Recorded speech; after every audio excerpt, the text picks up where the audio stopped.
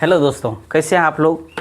दोस्तों आज पाटलिपुत्र वैभव का जो संस्कृत के चैप्टर 2 है वो लिखा है। दोस्तों आज के बाद आप लोगों को कभी चैप्टर 2 से प्रश्न छूटने वाले नहीं है। अगर आप बोर्ड 2027 में बोर्ड का एग्जाम दे रहे हैं तो आप निश्चित रूप से मेरे चैनल से जुड़े और निश्चित रूप से आपको सफलता मिलेगी।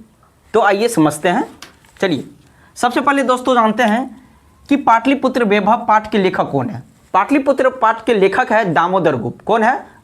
दामोदर गुप्त। उसके बाद समझते हैं दोस्तों कटुनितम काव्य की रचना किसने किया था। कटुनितम काव्य की रचना किसने किया था दोस्तों? दामोदर गुप्त। किसने किया था? दामोदर गुप्त। काव्य मीमांसा काव्य की रचनाकार कौन है? राजशेखर। कौन है दोस्तों? राजशेखर। उसके बाद पटना का इतिहास पुराना है। दोस्तों पटना का इतिहास 2500 वर्ष पुराना है। क्यों? क्योंकि यहाँ पे गुप्त वंश का राजधानी हुआ करते थे, मौर्य वंश का राजधानी हुआ करते थे। कहाँ? पाटलिपुत्र। कहाँ? पाटलिपुत्र। इसीलिए 2500 वर्ष ईस्वी पुराना पटना का क्या है? इतिहास है। तो आप समझते हैं। उसके बाद समझते हैं दोस्तों पटना की कौन सी देवी है। पटना में किस देवी की पूजा होती है? तो पटना में पटन देवी की क्या होती है दोस्तों? पूजा होती है। किस देवी की पूजा होती है? पटन देवी की पूजा आता है। पाटलिपुत्र में किसके लिए प्रसिद्ध है? पाटलिपुत्र किसके लिए प्रसिद्ध है? आपको पता होगा पाटलिपुत्र गोल घर के लिए प्रसिद्ध है। दोस्तों गोल घर का निर्माण वारन हेस्टिंग्स के आदेश पर किया गया था। वारन हेस्टिंग्स ने आदेश दिया जाओ गोल घर का निर्माण कराया जा सके।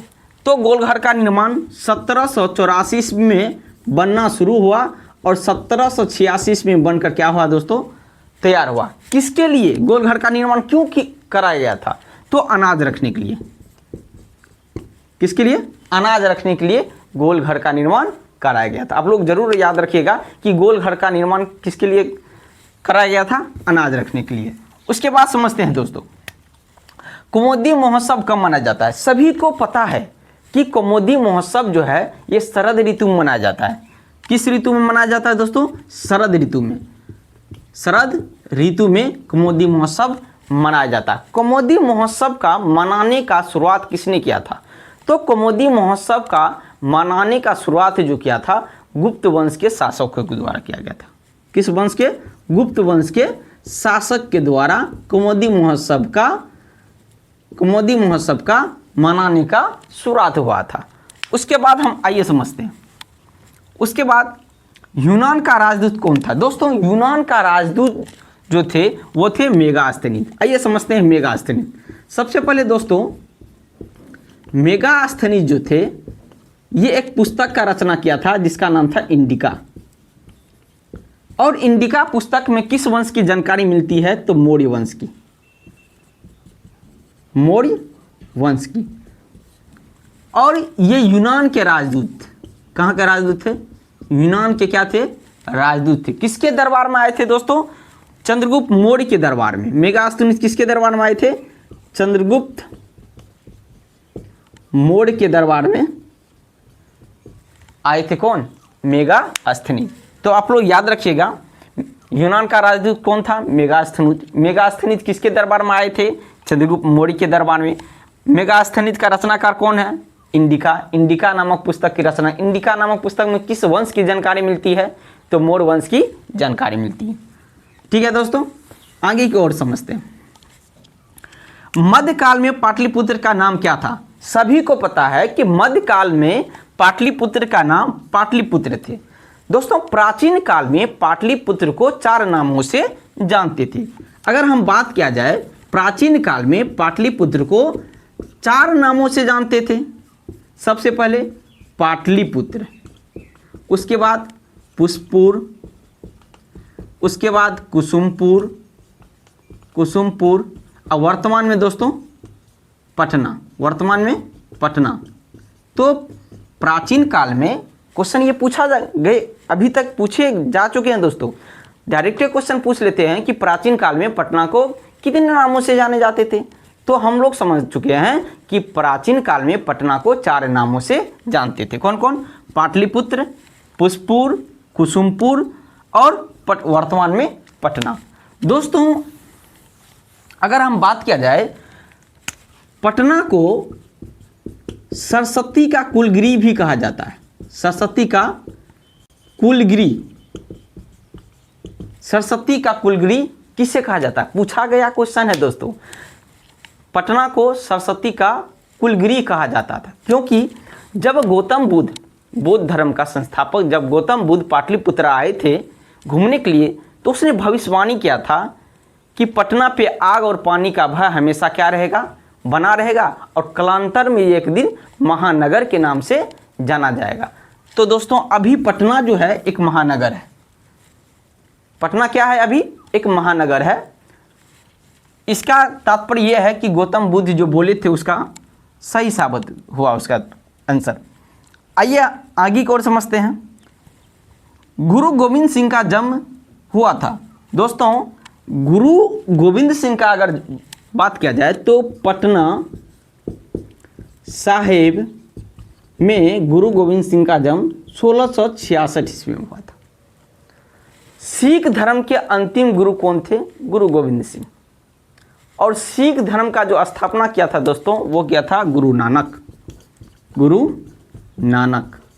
सिख धर्म की स्थापना किसने किया था? गुरु नानक। सिख धर्म के अंतिम गुरु कौन थे? गुरु गोविंद सिंह। गुरु गोविंद सिंह का जन्म कहाँ हुआ था?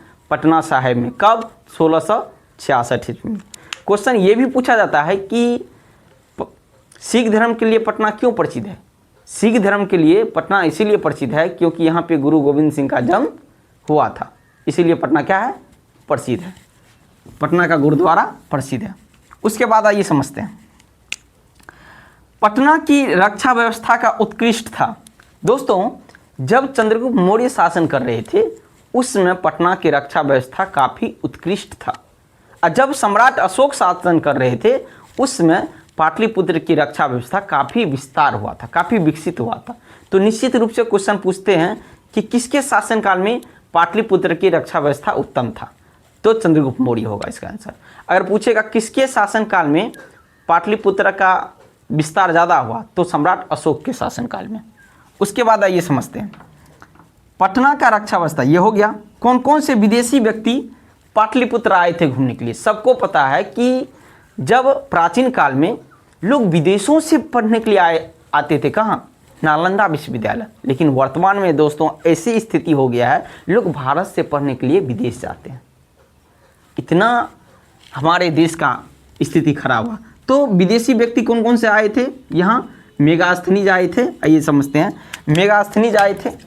विदेशी व्यक्ति की बात किया जाए तो पटना में विदेशी व्यक्ति कौन कौन आए थे समझते हैं। तो मेगास्थनीज जिसने इंडिका पुस्तक नामक की रचना किया था, फायान इत्सिंग, और एक व्यक्ति था नाम था ह्वेनसोंग। ये 4 गो विदेशी व्यक्ति पाटलिपुत्र आए थे ज्ञान अध्ययन करने से। मेगास्थनीज, फैयान, इत्सिंग और ह्वेनसोंग। ठीक है दोस्तों, आगे की ओर समझते हैं। आगे की ओर समझते हैं कि पाटलिपुत्र का प्रमुख दर्शन स्थल का नाम बताएं। क्वेश्चन पूछ लिया जाता है कि पटना के प्रमुख दर्शन स्थल का नाम बताइए। तो पटना का प्रमुख दर्शन स्थल जो है जैसे है गोलघर, महावीर मंदिर, उच्च न्यायालय, गुरुद्वारा, ये सब पटना के प्रमुख दर्शन स्थल है। ठीक है दोस्तों, अगर बात किया जाए पटना किस नदी के तट पे बसा है, तो गंगा नदी के तट पे। पटना किस नदी के तट पे बसा है? गंगा नदी। गंगा नदी गंगोत्री से जो निकलती है और 2525 किलोमीटर दूरी तय करने के बाद पाटलिपुत्र पहुंचती है और बगल में पटना है। इसीलिए गौतम बुद्ध बोले थे कि आग और पानी का भय हमेशा इस पर बना रहेगा। तो पटना किस नदी किनारे बसा है? गंगा नदी पर। दोस्तों गंगा नदी पर एक पुल बना गया है जिसका नाम है महात्मा गांधी सेतु पुल। महात्मा गांधी सेतु पुल का निर्माण 1972 ईस्वी में शुरू हुआ था और ये 10 साल 1972 में अगर 10 साल जोड़ दे तो 1982 हो जाएगा। दोस्तों 1972 में बनना शुरू हुआ था और 1982 में बनकर तैयार हुआ था, जिसका उद्घाटन इंदिरा गांधी ने किए थे। ठीक है दोस्तों अगर आप YouTube पर देख रहे हैं तो मेरे चैनल को सब्सक्राइब कीजिए, ताकि आगे की में जो भी मैं अगर वस्तुनिष्ठ प्रश्न लेकर आते हैं तो आपको निश्चित रूप से आपको बेनिफिट मिल सके। Thank you.